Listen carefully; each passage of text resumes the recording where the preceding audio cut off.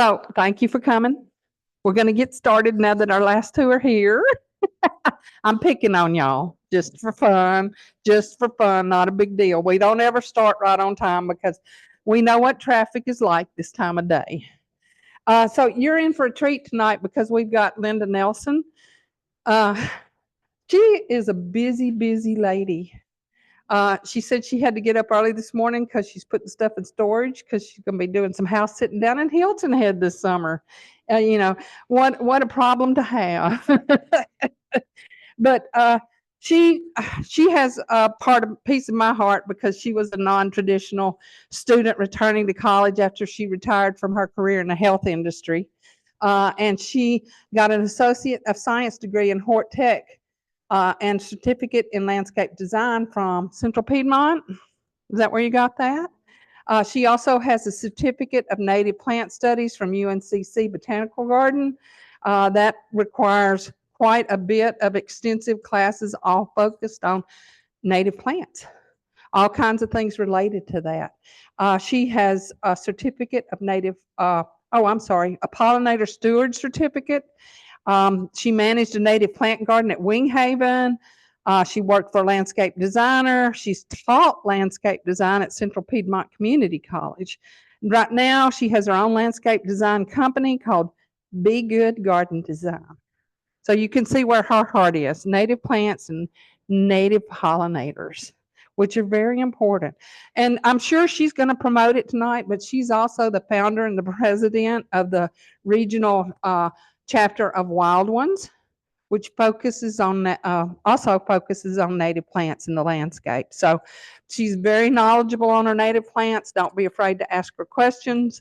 I've asked her to repeat your questions so that the people out in Zoom land can hear your questions and will know what she's answering when she answers questions. So, and I didn't tell you who I am. I think most of you know who I am, but I am Debbie Dillion. I am the consumer hort agent here in Union County, responsible for the Master Gardener program. The restrooms, if you've not been here before, if you go back out to the Cotton Bale, hang a right, and they're down there on the left. Okay, Linda. Now we're right. I didn't mess that. Questions? Thank you, Debbie. Thank you.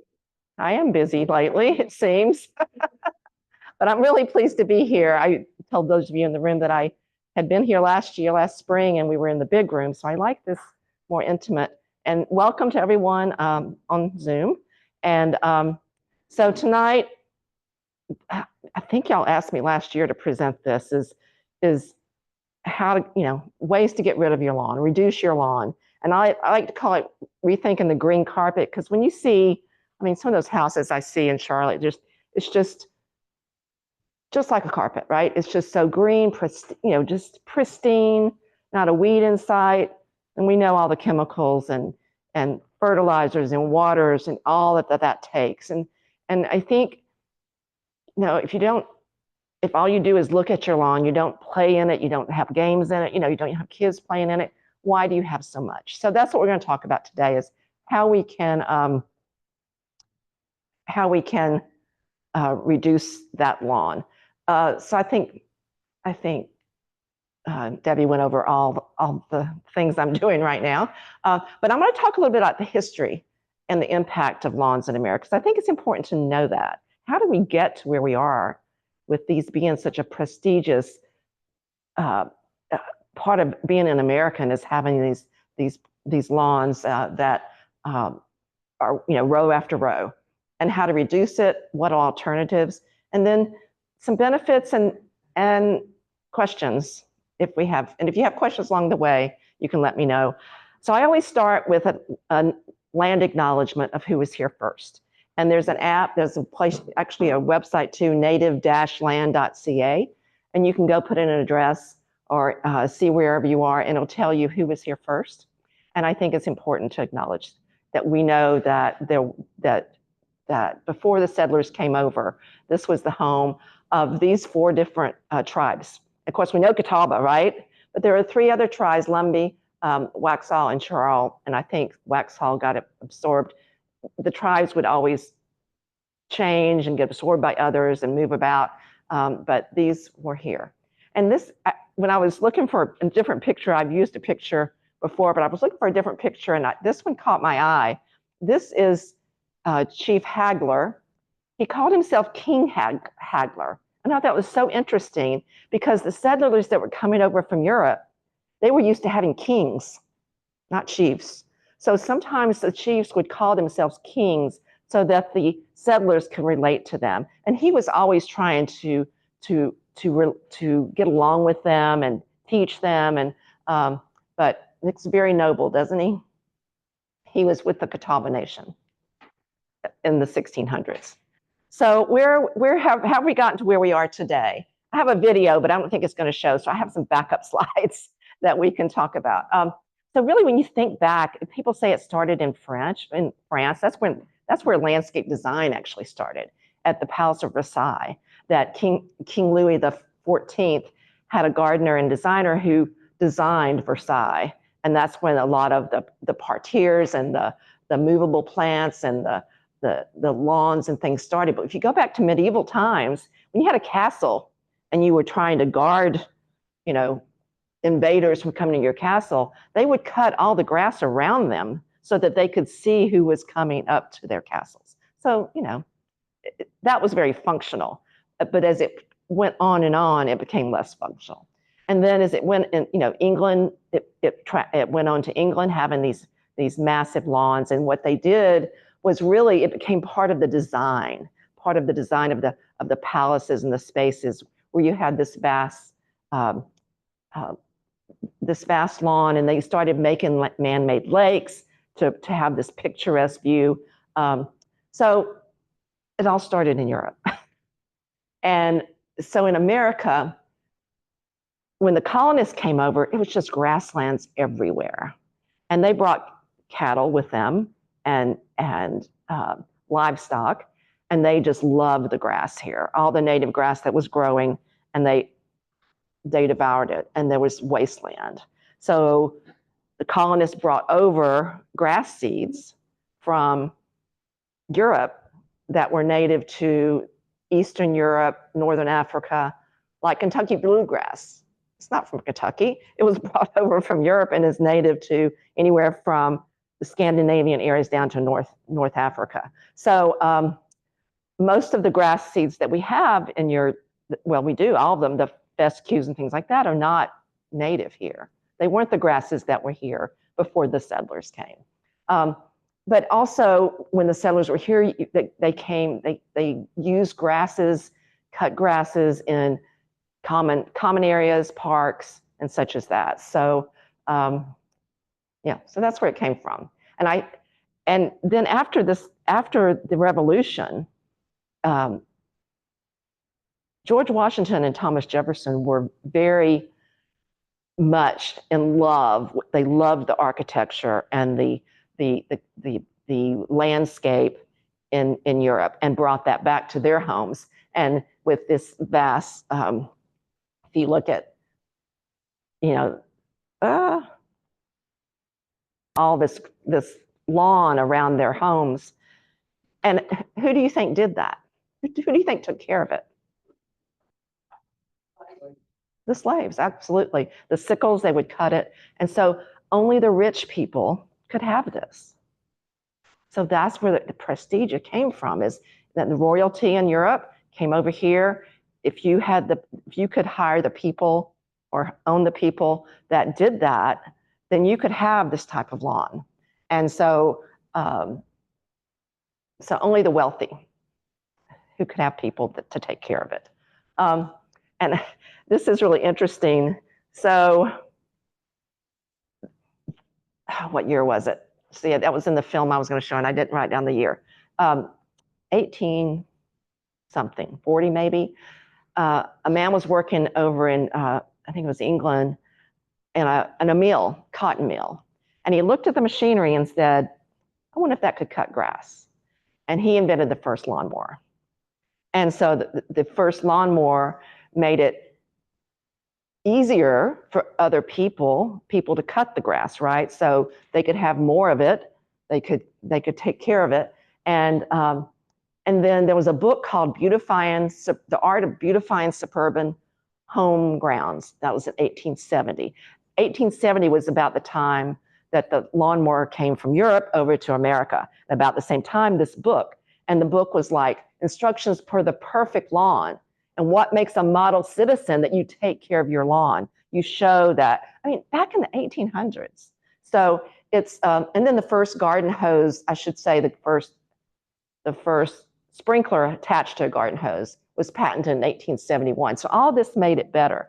Also, the other thing that brought it to more widespread was the color printing that became popular.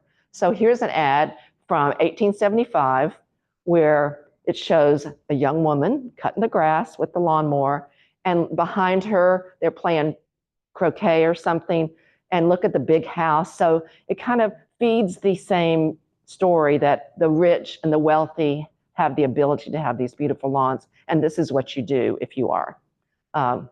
So if you Google first lawnmower, you can find all sorts of interesting pictures and stories and how big it really, the original one was. It's really interesting. So that was an ad for a lawnmower company. And then fast forward to after World War II. Well, actually after the Civil War, is when really suburban houses, neighborhoods started really growing. And so, well, not growing, but started to appear where they'd have large lawns and common areas. And think back to going to been to Williamsburg. You can see some of that there. But after the World War II, veterans came back and got these GI Bills. They could get very low interest loans to buy homes. So Joseph Levitt was the first person to build these giant thousands of homes in a neighborhood. And look at that, they're just all the same. There's a few different things, but they were uniform houses, uniform lots, uniform shrubs in the yard, uniform trees, everything was the same. And part of being a good neighbor, part of being a good citizen in your neighborhood was to take care of it, to cut it, and to keep it looking neat. So the tidy lawn exhibited mastery over nature, financial success, and a shared value as the American dream, to have a nice house with a green lawn in front. And so to take care of it showed your pride and ownership of your house. If it was really messy, you weren't taking care of things. So, and also in the rise of golf courses really came the development of new grasses and new cultivars of grasses that could grow well in golf courses. So all of this kind of took us where we are today, okay? This is just a quick run through history of why we're where we are today with grasses, which if you hear different stories of exactly how many by acres, by miles, 63,000 square miles of turf, which is about the size of Georgia in this country. It's the number one, now get this, the number one irrigated crop in the country. More than soybeans, more than wheat, more than corn, anything, number one irrigated crop. Because its roots are like this. You've got to water it like this. You've got to water it to keep it green and nice, right? So that makes it very water intensive. It's very chemical intensive.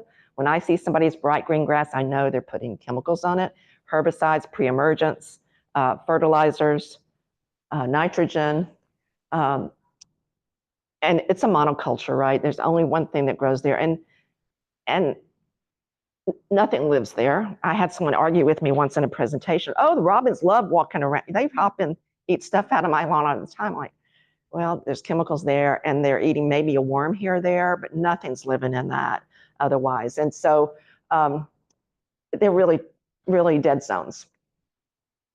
Any questions? Everybody with me there? Okay. And that's really why we're talking about this, is how can we reduce that? How can we, I mean, we're in this climate change era. How can we make a difference? I'm not saying get rid of your lawn. I'm saying reduce it. Reduce the amount of lawn.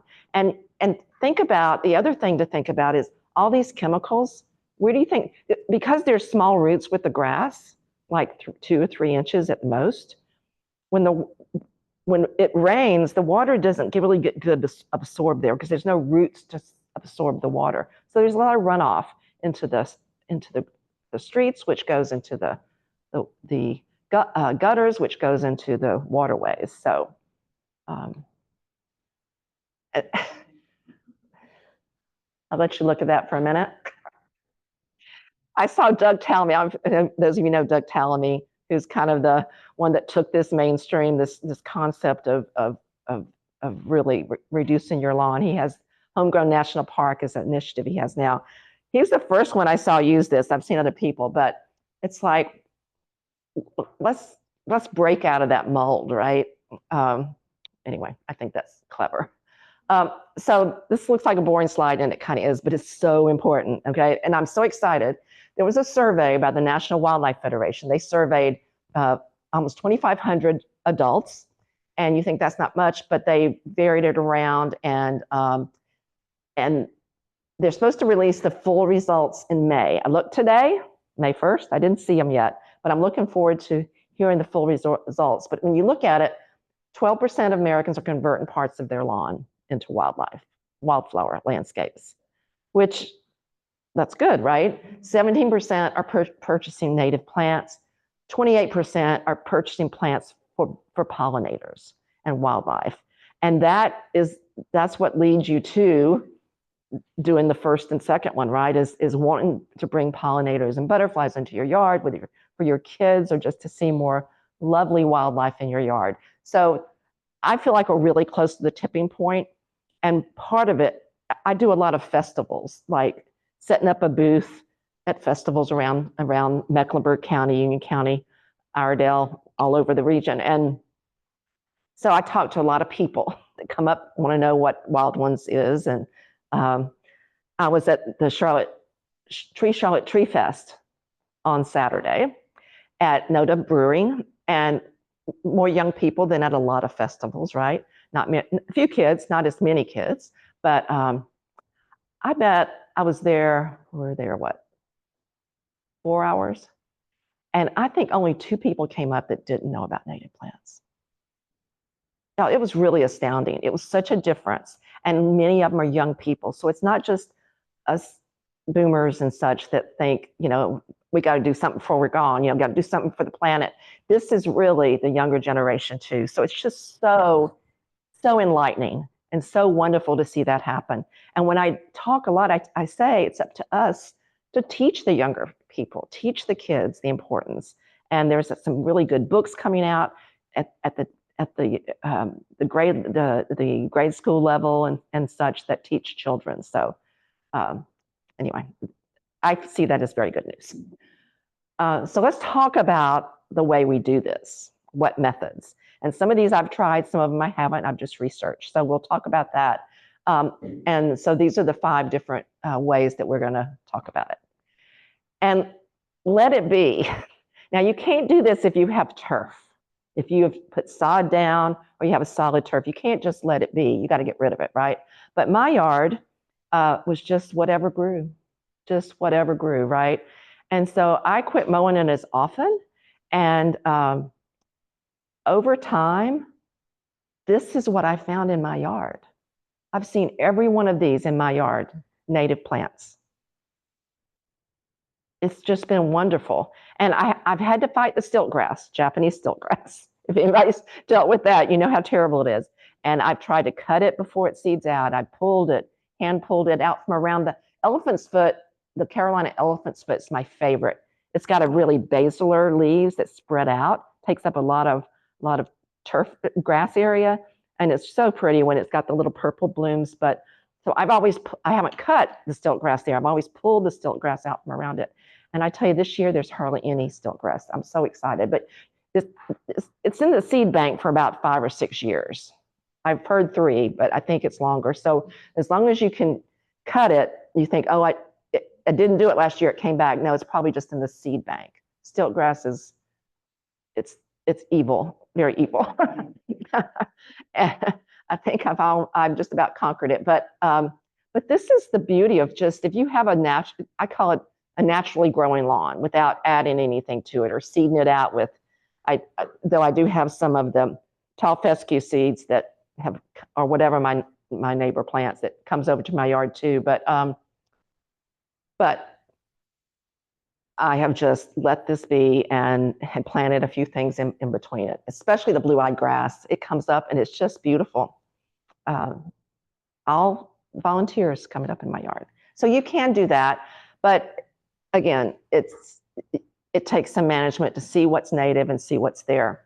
You can do it manual removal. And of course, you can use a flat shovel and just dig it out. A sod cutter, which is on the top, it's mechanical. You can rent them, and it would cut the sod and some of the topsoil. And I've heard, I haven't done it, that you can flip it over. If you get enough of the roots, that you just flip it over.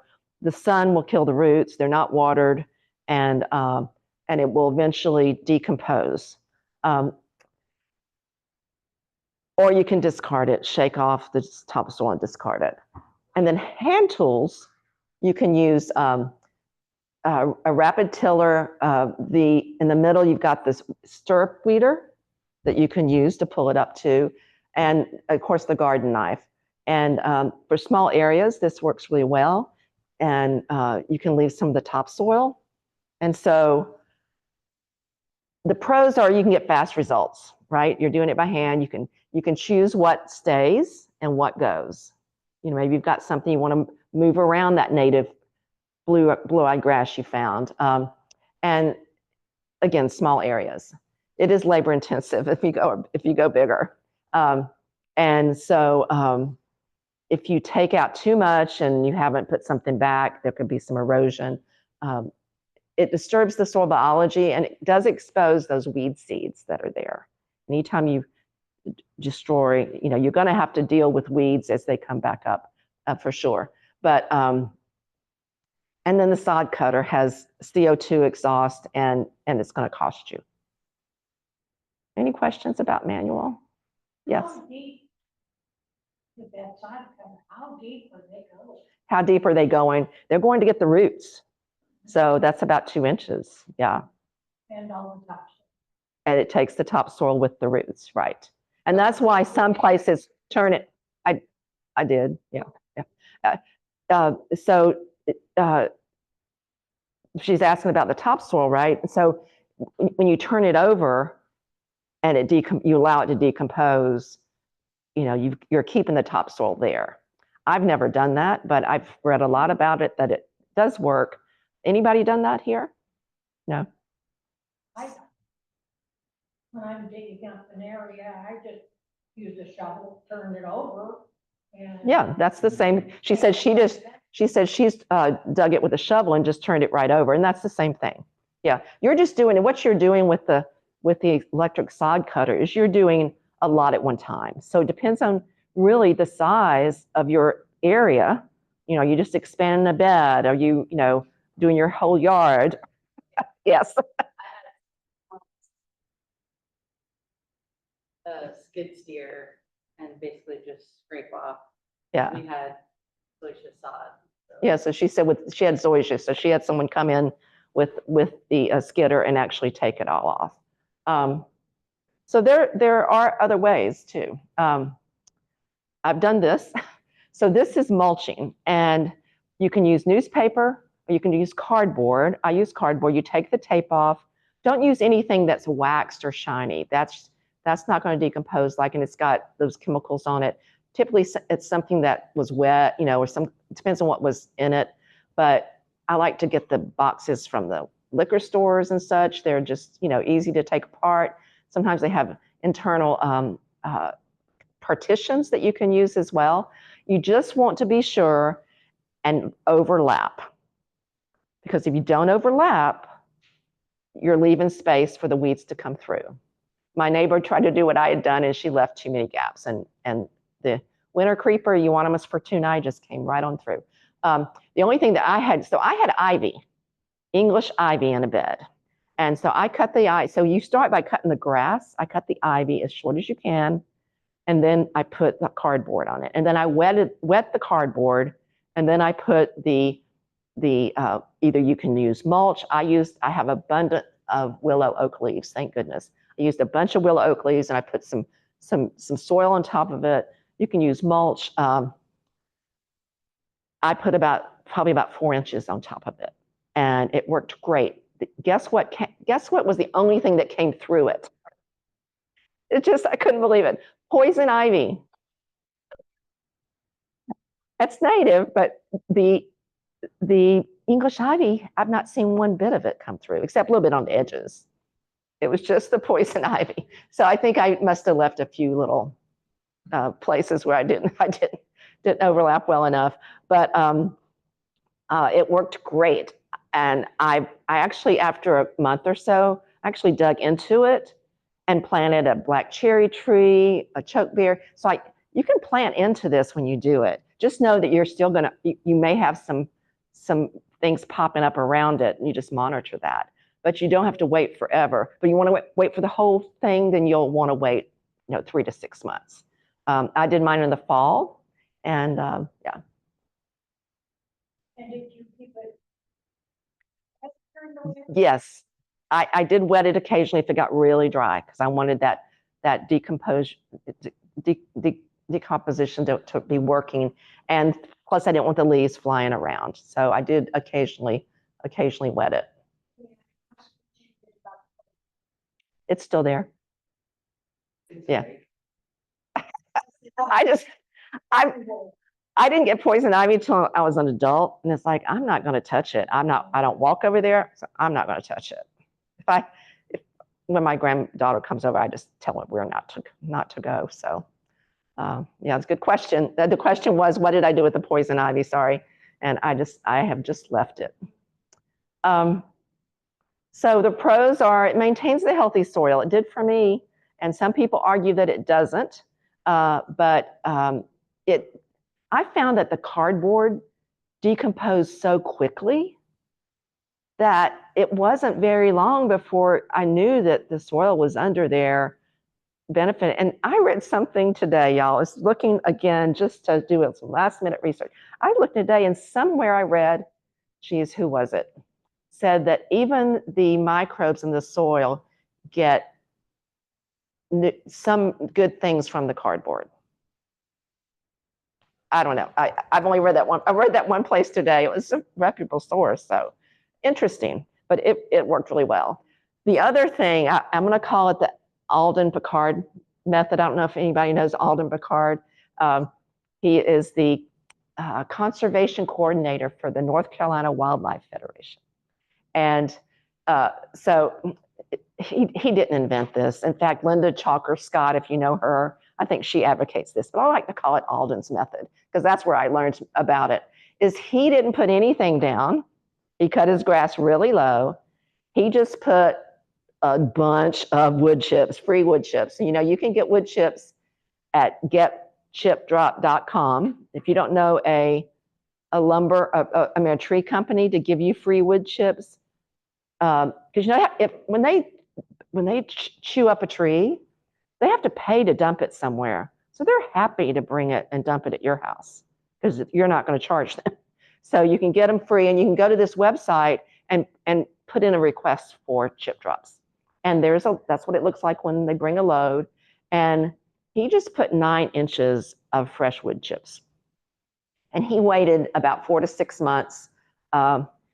He said he tried to plant into it. If you plant into it before everything decomposes, and he said, he knows he's got to pull some of it away as he starts to plant and put it other places, but it's worked really well for him to kill what was there before.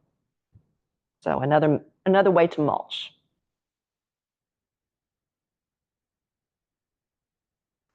And then solarization. It's where you're going to burn the grass. And it's one of my least favorites, because of plastic. You're using plastic, but what you do is you mow low and water, and then you put this clear plastic, and you want plastic thick enough that's not going to tear apart and degrade. So you need a few mils of and then you need to weight down the edges, make sure it doesn't flop around. And it's best to do it in the summer when the sun can shine on it. And it works better in places where there's sun shining on it than in the shady location, because that's what it does, the solarization of the sun beating down, heating up underneath that plastic. I've heard some recommendations. I think the city of Charlotte did this at their place where they were, their trial in this, is to take it off about once a month or something, let things air out a bit, and then put it back on.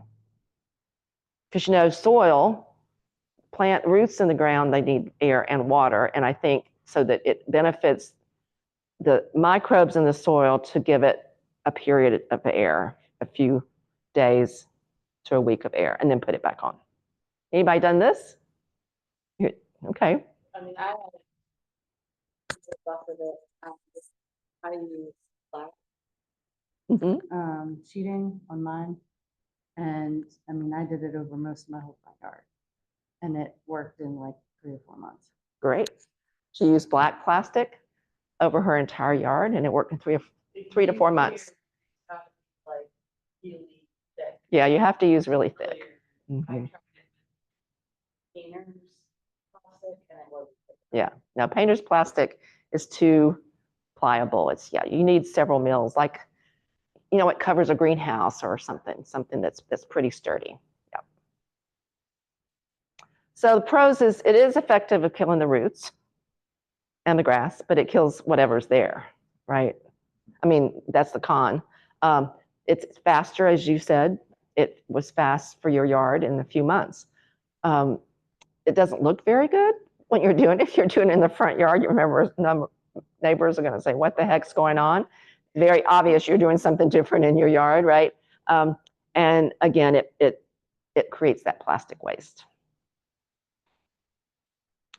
Least recommended, but some professionals do this. So I have to mention it. If you read Benjamin Vogt's book, Prairie Up, or who else did I think? Kelly Norris, I think I heard him say, some of the professionals do this because if they're doing a huge area, they apply it when there's no rain inside and no water around it. They apply glyphosate, which is in Roundup, and it kills the grass, and then they make one more application, and then they can plant whatever they want in it. I don't recommend it, but it is one of the ways you'll always see if you research this, you'll always see that as one area. So any questions, any other questions about how to remove it? Do y'all have any questions online? Yes.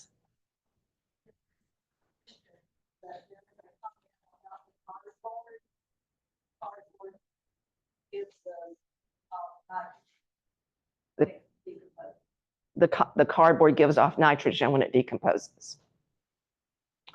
Yeah, that's the method I recommend. It really worked well. Who would have thought I could get rid of English ivy? So what are we going to do with this space now that we've got some space, right? You have lots of alternatives, lots of things you can do with it. I'll save the best for last. So if you want something that's grass-like or a lawn-like, you'll want something that's low-growing, maybe flowering, so you can have something for the pollinators. Some people talk about white clover. You know, I've got white clover in my yard. It's not native, but I've already told you about my yard. It has a little bit of all kinds of things. I don't pull the white clover. I leave it. So did you know that grass seed used to come with white clover seeds in it? Because it provided the nitrogen that the soil, you know, and then the chemical companies said, well, let's just, you know, quit, you know, they all colluded, right? Quit putting the clover in so everybody has to buy nitrogen to put on their lawn. Seriously?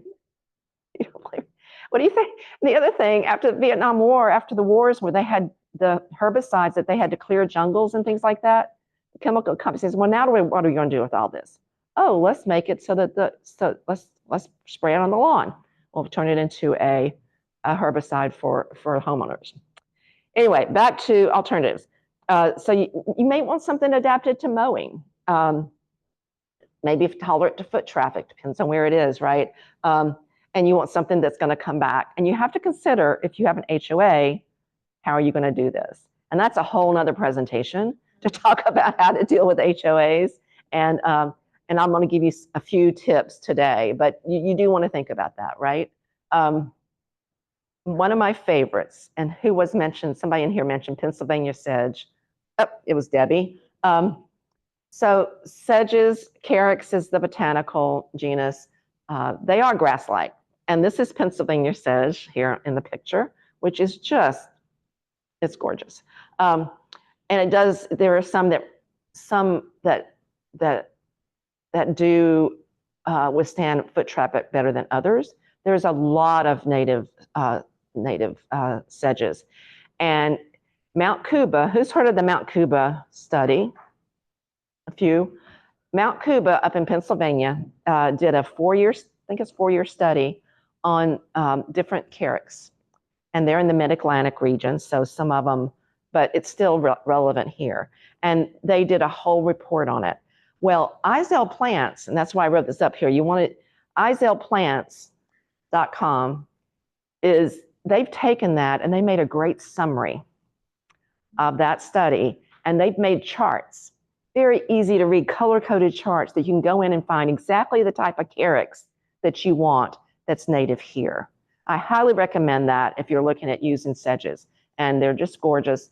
And a tip though, when you go to Izell Plants, you're not going to find it on the regular bar. Go down to the bottom of the page where it says resources. Okay, and you'll find a ton of resources. Izell Plants is wonderful, and they have some great resources there, and that's where you'll find the carex studies. Yes? So is the goal is to grow it out that long? Or Yeah, that's what it can be mowed. And I think the study she's asking is the goal just to grow it that long.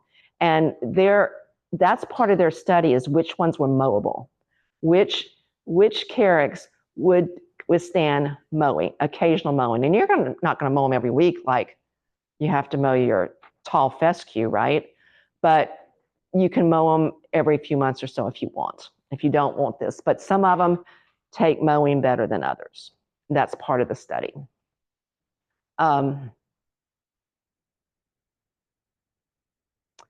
Another one that I really love is prairie dropseed. Now this is a grass, and it looks similar, but it's a little bit more upright. It's withstand mowing. It's clumping though, and it gets it can get 2 feet high, but when it does, it flows over. It's very narrow leaves, and it's really, the birds love the seeds, which is really nice about that. And remember these two, I'm going to come back to this concept of putting just solid green like this as we talk about a way to design your yard. And of course, the blue violets. I have so many of those in my yard. And when I do cut it, I raise my blade high enough where it doesn't cut the blue violets, because they're native and they're wonderful. And they support, their ground nesting native bees, the andronia bees. There's quite a few species there, and they support those, and the fritillary butterfly larvae too. So they're great to have, and I hate that people spray them in their lawn, say they're bad, but they are good. Now, this was one that I have not grown, and I don't know that well, but I read it several places, so I wanted to introduce you to it. Has anyone grown, or is anybody aware of frog fruit? No, no one here. Don't you love the name? I just love that name, frog fruit. And it's kind of cool, and it's very short, about 6 inches high. And so it spreads very easily. It's very adaptable. So I think it's something else to consider as a replacement for your grass. And another thing I've done is moss. Has anybody grown a moss garden? Oh yeah, great. One person raised their hand here. Yes, I love a moss garden. It's a lot of work, but it's just beautiful. If you have and sometimes people say, I can never get my grass to grow under the tree. Well, no, of course you can't. This is a great place to, if you have some moss. And what I did with my moss garden, I had a place that it was growing, and I wanted to make the garden there, and wherever else I found it, I just moved it. It moves very easily, and when you move it, just step on it. It loves to be stepped on, right? It loves to be stepped on. And even when the squirrels come and dig it up a little bit, I just mash it down with my foot. And yeah, it's great for a shady spot and a moist spot. The only problem is it needs weeding. And this is my little peace sign garden. And I showed this because this is before I weeded. But do you see all these little things on here? I forget what they were. I just weed those. Did that by hand for about 4 years. And since I'm moving, I let it go this year. But and you can be really creative with it. If you Google moss gardens, they're just gorgeous. Yes. Did you have a question? If it, being that we have dry summers, very dry. Yes. Do you water it? Yeah, so she's asking, since we have really dry summers, do you water it? Depends on where it is. Now mine is in some sun. You can kind of see the sun coming from the roof down in that picture. So yes, I would water it. Yes. No. Leaves for years, and then once I cleared it out, moss came. Yeah, she said once she cleared out some leaves, the moss came and it was there for years. And yeah, and if it's thick enough, you know, it's going to be less weeding, but it depends on the kind of moss you have too. And there is a woman in up near Cullowhee, Brevard. I think she's in Brevard. Moss and Annie is her name, Annie Martin, and she that's her business. She grows moss and sells moss. So anyone that wants to do a full garden and wants to just buy the moss, she does workshops too. Yes, and at the Cullowhee Native Plants Conference, she's always there. That's where I met her and did a workshop. She came to the Charlotte Garden Club once, and yeah. So if you just Google Moss and Annie, without the G, Moss and Annie, I think, and she's on Facebook. She has a great presence on Facebook, and she always wears purple. That's her trademark. Everything she does is purple, but she's quite a character, and she just loves what she does. And if you need moss removed, like when I worked at Winghaven, I was like, you know, they were taking up moss. I'm like, Annie will come and take the moss for free. You know, she if you know a place that needs rescue, she's happy to do that too. She doesn't, and this is the thing, when you buy moss from some people, sometimes it's harvested unethically. She never goes out in the woods or anything to get her moss. She gets it from people that are trying to get rid of it, or she grows it herself. So there's some other things you can use. I particularly love at the bottom here, pussy toes. So these are things that you can think of as green mulch as well, but they could also replace lawn. The blue-eyed grass, of course, is my favorite. Some of these will take a little bit of walking, but not very much. So it depends on what you're wanting to use the space for after you remove your grass.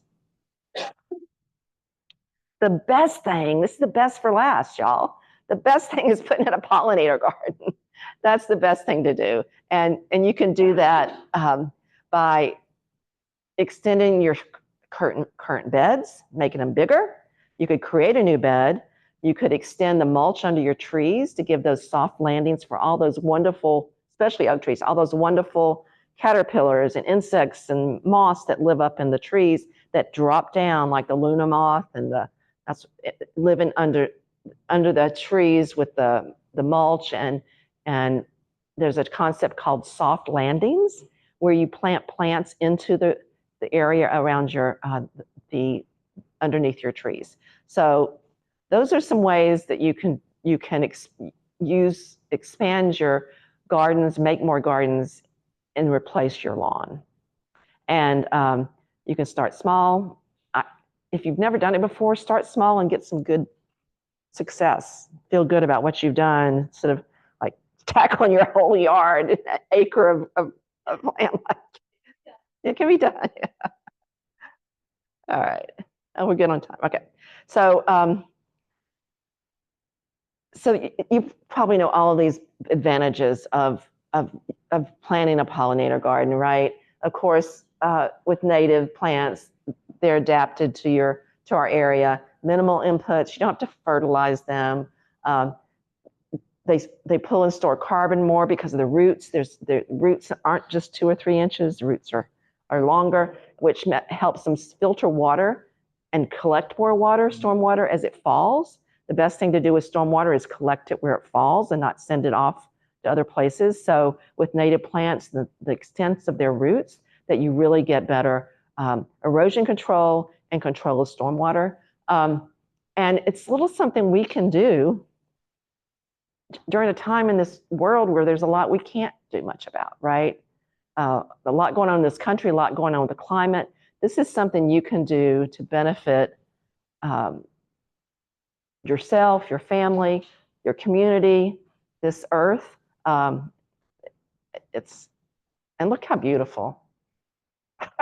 All the colors, and this one has a little stream coming down with yeah, isn't it pretty? Is pussy toes good for use between slates and a walkway? Okay, the question is, are pussy toes good to use between slates and a walkway?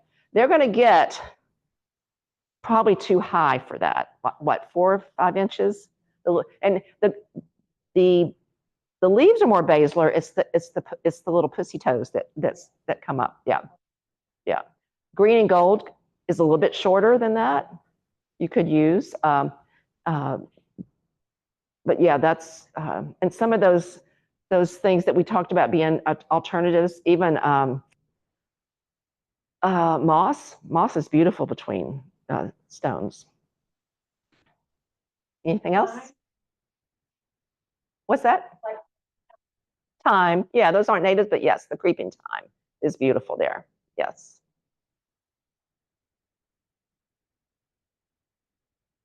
So you're going to put in a garden. Think about your space. Even if, especially if it's a large space, get some paper and draw out really roughly kind of what you want to do and how you may want it to be, and consider, using paper to help you design that. And think about colors. Think about what colors you like. Those pictures you saw had all sorts of colors, but some people keep to like blues or yellows and purples, and what kind of colors do you like? Think about that too. And remember I said to go back to the carex and the prairie drop seed to think about those. Well, how many have heard about matrix designs, matrix gardens? Anybody heard about that? Okay, well, this is so cool. So what this is, and Benjamin Vogt and Pete Udoff are 2 that use this a lot. Pete Udoff is the one that designed the New York High Line. And it's basically you're creating a matrix where the green dots are of a green ground cover. And that's typically a carex or some type of low grass, like the prairie drop seed. Maybe the muhly grass is a little tall for that. But you see they're on every place where the squares pass. So these are 12 by 12, which means that the carex or the sedge, the carex or the drop seed is planted on 12-inch centers through the whole area. And then you drop in your forbs or your flowering plants among them. So go back to picture that slide we showed where it showed the prairie drop seed in that field. Imagine if there were a design of drifts or bunches of goldenrod, of milkweed, of all the colors that can go in there. That's what this is each color is a different plant, and they're in groupings or they're in drifts. That's how they, depending on the plant, that's how they grow in nature. And it's repeatable. You can do a 10 by 10 square by 10, and you design it. You could use it here. You could expand it. It's very adaptable. And Benjamin Vogt, now I'm going to show you his book in a minute, is the best. If you're interested in this type of matrix designs, I would talk to him. And what it does, it actually creates not talk to him, I'd look at his book. I would like to talk to him, actually. But you know what? If you follow him on Facebook, you can talk to him. He is very active on Facebook. I know a lot of people don't do Facebook these days, but there's a lot of native plant stuff on Facebook. But he is very prolific in his writing. He's very verbose. He's an English major or PhD or something. And but he's very opinionated, but very interesting. And anyway, Benjamin Vogt. Vogt. Benjamin Vogt. I'll show you his book. So the thing is, it takes advantage of the natural behaviors of how they grow. Is you want the pollinators to be able to go from plant to plant without having to go very far. So you want them in groupings. And the best method to do this is either with seedlings, but the very best method is plugs. Anybody know what plugs are? This is a plug. So look at that size of the hand holding that. That is the best way to start your garden. Not spending a bunch of money on 10-gallon, 5-gallon, 3-gallon pots. This is a great way. The only thing is you have to buy a tray at a time. So get together, share a tray, or find a place that will sell a mixed tray. Some will sell mixed trays. I think Mellow Marsh might. Isel Plants has plugs. And this is how they're set out on 12-inch centers. So you lay them out how you want them. Put this in first, and you can put a light bit of mulch around them because you're gonna have to weed around them as they grow. But you know the thing about native plants, the first year they sleep, the second year they creep, the third year they leap. And that is so very true. By the third year, this is golden. And then you go in and place your forbs around it. Yes? What was that? This side is like the ground cover. Yeah, that's what the plug looks like. And the way he does it, he just lays them out like every 12-inch. Yeah, let's go back. That's the green circles, right? So you're not going to replace the purple for the green. You're still putting the greens at 12-inch centers, and you're going in between and adding your florals. And that's going to give you natural green mulch. You're not going to have to mulch this once it gets growing, because you saw how the Pennsylvania sedge just flows and the drop seed is clumping, but it grows big, and so it's just it's amazing. And I'm going to send you to his website here in a minute. Okay, so this is kind of similar. I just love this picture. They could have grass all the way up to their house, right, with a few green meatballs around the edges, But look at this. It's just beautiful. So select plants according to your location, your microclimates in your yard. Consider adding some of these sculptural differences to add interest in your garden.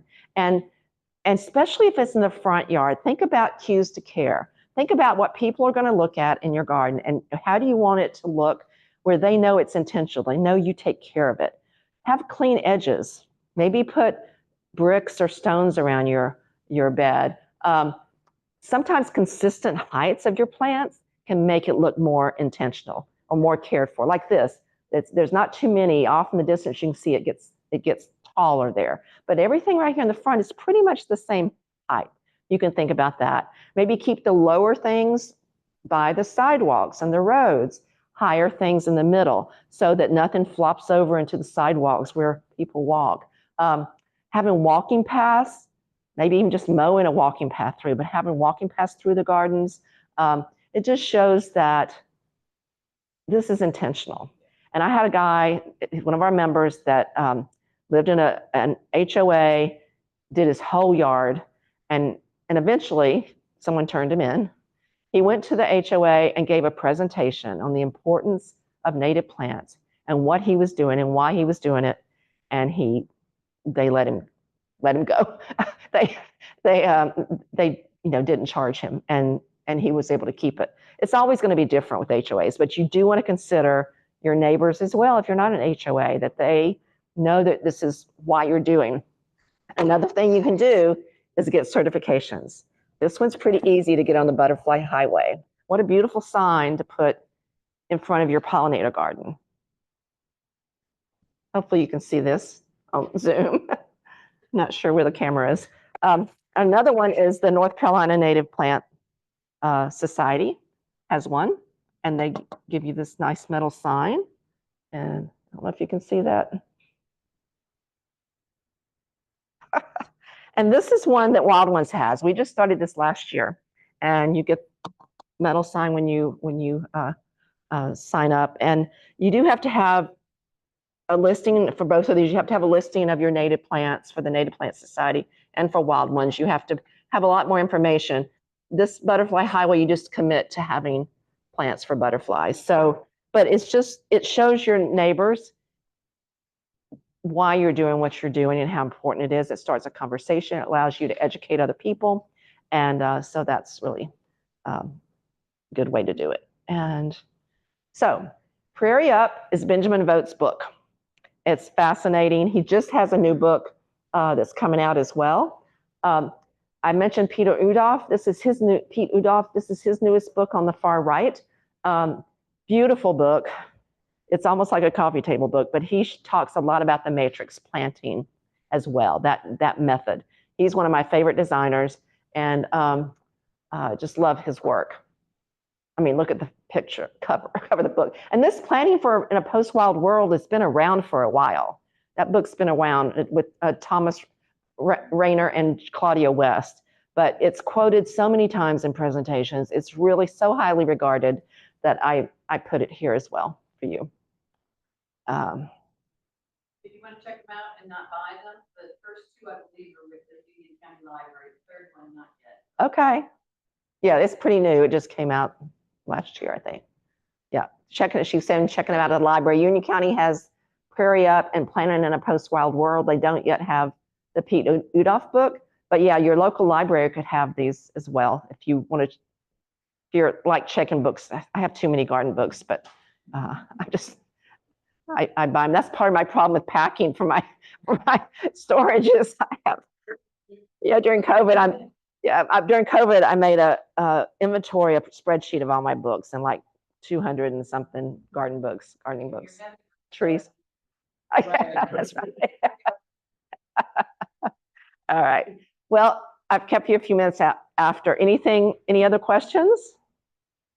Not a question, but Doug Tallamy just started a Yes. a 12-week challenge on reducing your lawn. Thank you. Yes. So Wild Ones has a lot of, thank you for mentioning that.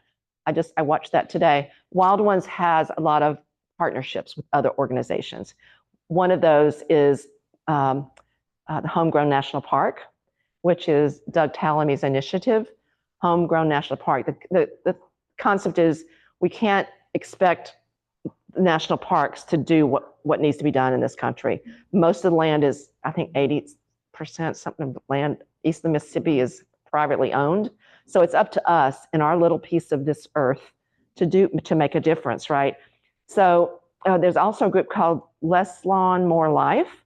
And so the three organizations have partnered together to do this challenge, 10-week challenge, is it? 12-week challenge. And they just kicked it off today. And I can give Debbie the link to it to add to where they post my presentation. But it's Less Lawn, More Life is the organization that's leading it. And Doug Tallamy did a kickoff webinar today, which was great. If you've never heard him speak, I recommend it. It will be on their website, the recording, I'm sure. And yeah, it was really good.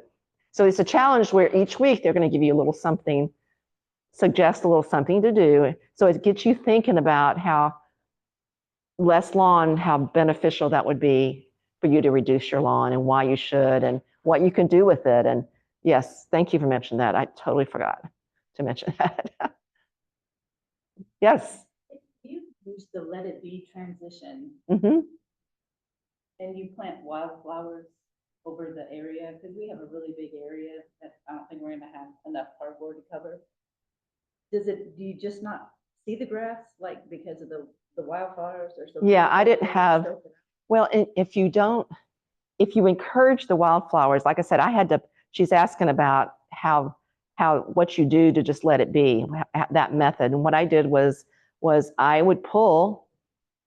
I would manually pull some of the things I didn't want, or I would cut them before they seeded out. And I'd cut around the elephant foot. I'd get my lawnmower and I'd cut around. I know my neighbors thought I was crazy, cutting around certain things in my yard so that I cut around the, things that I wanted to grow. And eventually it's not, I rent where I am. So that was my best method to do that is to just encourage. And now I have so many of the elephant foots in my yard and elephant foot plants in my backyard. They're just adorable. And like I said, that whole list that I put up there is found in my backyard now. So yeah, and maybe you do cardboard in some areas and then you let the other be and just watch, but you have to watch what grows, right? You don't want the undesirables to take over. So you do have to watch what grows. And before I knew better, I lived in that house for 10 years and I didn't know about native plants until 2019. I'm a youngster. Before that, I thought, oh, that's still great. That grass is beautiful. I'm just gonna let that grow. It only got about this tall. It was gorgeous. It was still grass. So I created my own problems. So be careful what grows. And once I realized what I was doing, it's like, oh my gosh, I couldn't believe it. So anyway. Do you have any local sources for some of these plants? Local sources for some of these plants. Very good question. Plugs locally? No, I don't know of any plugs locally. There are some, I tell you the best places to find some of these native plants and young is some of these backyard nurseries. Lisa Tompkins, maybe you might know Lisa Tompkins. She's here in Union County. She has a Carolina Heritage Nursery by appointment. Bring back the bees and butterflies, or for the birds and bees. Yeah, so our Wild Ones website, our local website, has a link to plant sources, and even some of these backyard gardens, and it'll give the name of the nursery, then it'll say by appointment, and it'll tell you how to get in touch with them. If you look at that, they're great resource. In fact, some of them go to farmers markets, like Lisa does. Lisa goes to Waxhaw and Matthews. I saw someone was going to Kannapolis. There's people that go to these farmers markets too, and they can tell you that. Say, well, I'll be at the farmers market, if you don't want to come to my house. And so that's a great question, is how do you get some of these plants? And there's a lot of mail order places, and mail order plants is not bad. It works. I know a lot of people that do that. Yes. Oh, I think out on the table in the lobby on your right as you walk out, Yeah. I believe I have the garden center list out there, and I think it has both Lisa and the other one. Uranus, or who was it? The other one that was mentioned. And it has For the birds and the phone number bees. and Right. And don't let that scare you away, because they have some great stuff, and especially certain times of year they're trying to get rid of things, and it's good to stay in touch with something like it. We had Ross perennials and had for years Ross perennials where you can get a lot of native plants, and they retired, and yeah, both of them usually have a lot of names. right. And they do, both of them do a fall and a spring sale. Yeah, fall's a great time to plant, to do this too. So And the Native Plant Society website. has yes. a List of all the nurseries. Yeah, it's the North Carolina Native Plant Society has a list too. The list on Wild Ones is more local, and so you can look at both of those, but I'll send a link for the Wild Ones. Any other questions? Yes. As what? We just add the 1-foot grid. Yeah, so she's asking, they have plant beds already in their house they moved into. Could they just do a matrix there? Absolutely. Take out what you don't want there. Or if there's stuff there you already want, if that's already natives you got there, just add the matrix there and just make them part of it, and then add to it. Yes, the matrix is great. I did a design when I was in my program at Central Piedmont.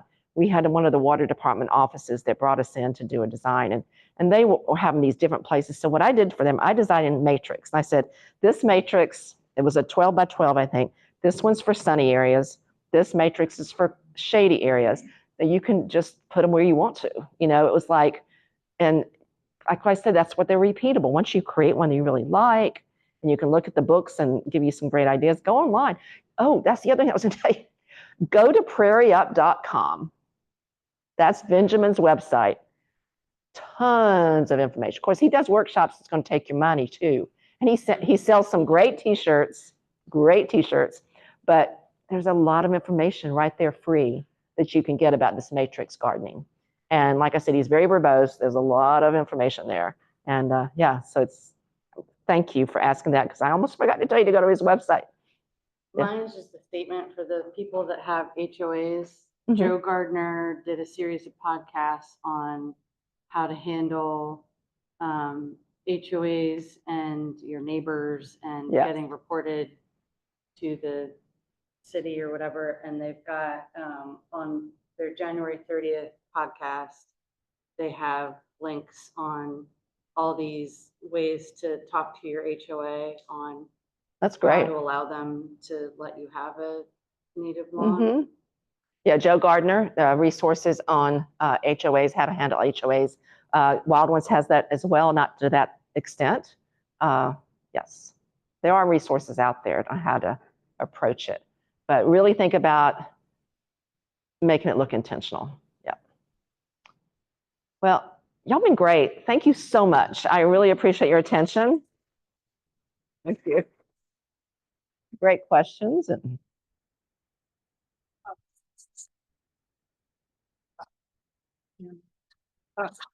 For you here in the room, I went and pulled some publications for you. One's on butterflies, and then the other is on urban habitats for birds.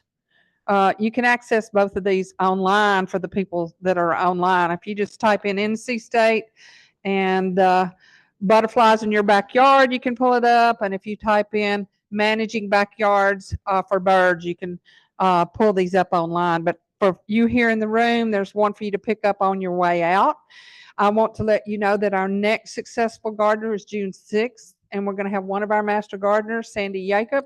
She's going to be talking about successful shade gardening. She does extensive gardening in shade. She is a big azalea and rhododendron person, so she's a wealth of knowledge when it comes to growing plants in the shade. So I hope you can come back and join us. We skip July, and then we'll kick back up in August. Okay? Oh. Linda's got a slide here with all of her links. so this is Wild Ones. If you're interested, we'd love to have you join us, learn more about Wild Ones. Through the local chapter, we are do cover the Union County and do a lot down here. And also, this is my business. I have to do a little shameless promotion. Be Good Garden Design is my design and consultation. I do a lot of education consultation as well. So, oh, yeah, a client right there. You can ask her. All right. Thanks. Thank you.